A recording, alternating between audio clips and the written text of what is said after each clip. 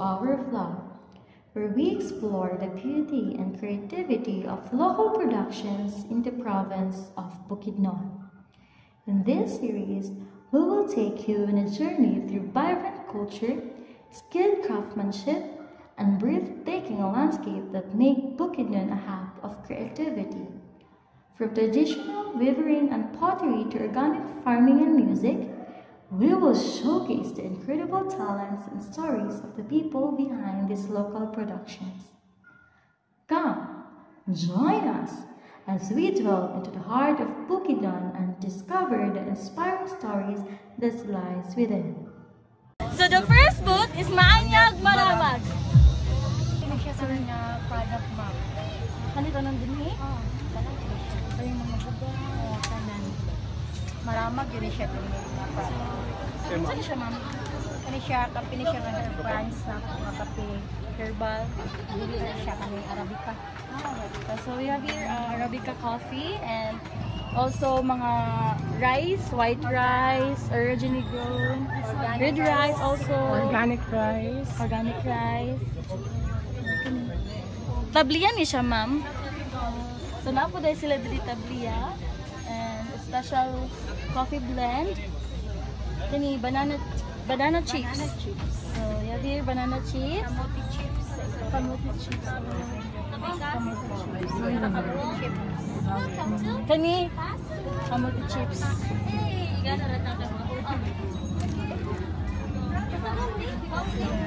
Maramag kape.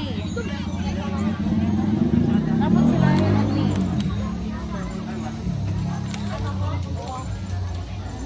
Welcome to Uswag Gibawi! Let's go! Matis. We have upo, watermelon, kamote, gulaw.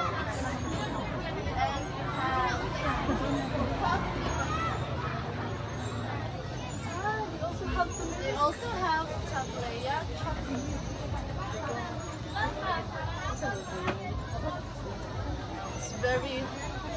it's giving, it's gold. Look at their tribal costume. Mayad Hapaguma! Welcome to Talakag! Good morning everyone! In Talakag booth, we have, what do we call this? What do we call this? Basta tawag ano na bayong bag? Bayong? Bayong? Plastic bayong bag, which is from Talakag, Bukidnon. And we also have different vegetables from Talakag, and we have their dress. Their native dress. So,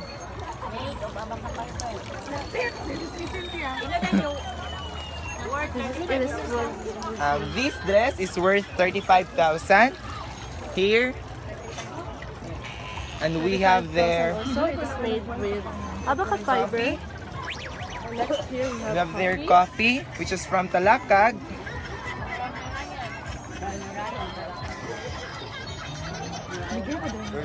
Rayon t-shirt like EMJ Talakag yapon.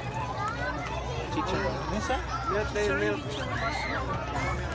And in Talakag, they have chicharon, mushroom.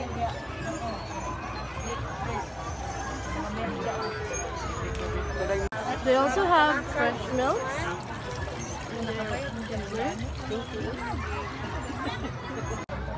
And those are the products of Talakag. Welcome to iHeart Lantapan.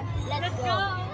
Welcome to Lantapan booth, also known as a vegetable basket of Bukidnon.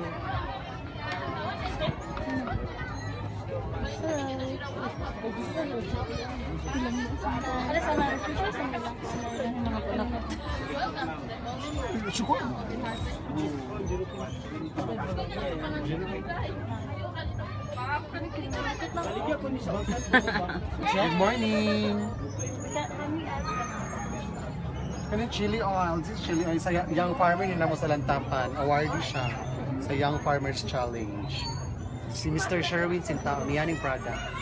Chili oil. Next. Oh, chili powder. Ihagya po ni chili powder. Ihagya po ni kuan product ni Sherwin Sintao. Okay, Mulberry Jam. Mulberry Jam ato aning Young Farmers Challenge. Gapon ni siya nakadaog winner si Ma'am Kabilada sa Kapi sa Bukid. Welcome to Municipality of Palembucan.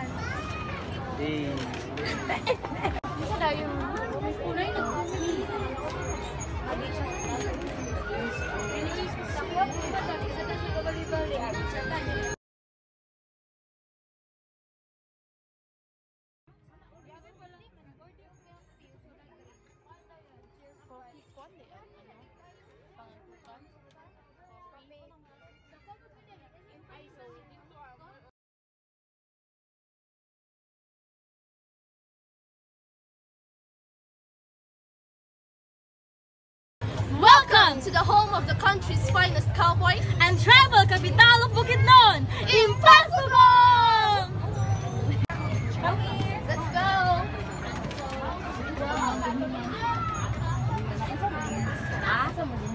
Kuan ay mga kuan mi kanang both attendant but we are kuan employee of local government unit of Impossible under the Yay! municipal So you agriculture. have here a lot of vegetables. Yes, gagahapon ng tamo kay grabe gid ka dito. At correct, igagaw ni Bossing Roan. So they have here powdered coffee and powdered coffee of Arabica and jumping jack. Napadayo kanimo here kalabasa. And also they have here a dried pineapple chunks drink. So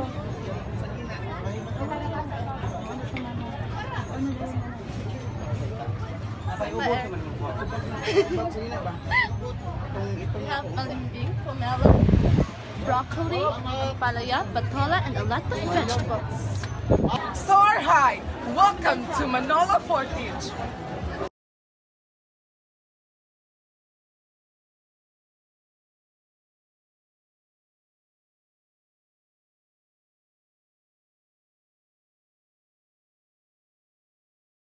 Welcome to Balay City! Sakata Balay! So how was the experience experiencing and witnessing the different kind of booths and products in different kind of municipalities and cities here in Bukidnon? It was indeed incredible, and we witnessed a lot of different local products, and we can gain a knowledge about what is right and wrong. Yeah, okay. And you, Ricky? Seeing High. seeing the different booth here in Balay capital makes me become more proud of Bukidnon. So, how was the experience with your first time here in celebrating festival in Kamulan? I'm so happy to experience the first time Kamulan here in the Balay City. It was an incredible experience. Bukidnon is so very beautiful place for me. And that's it! This is Business 118! As our journey to the local productions of Bukidnon comes to an end, we can't help but reflect on the profound concept that underlies it all. The essence of these local productions goes beyond mere craftsmanship or economic value. It is a testament to resilience, creativity, and deep-rooted connection to the land that the people of Bukidnon possess. Through their dedication and passion, they have preserved and celebrated their cultural heritage while embracing innovation and sustainability.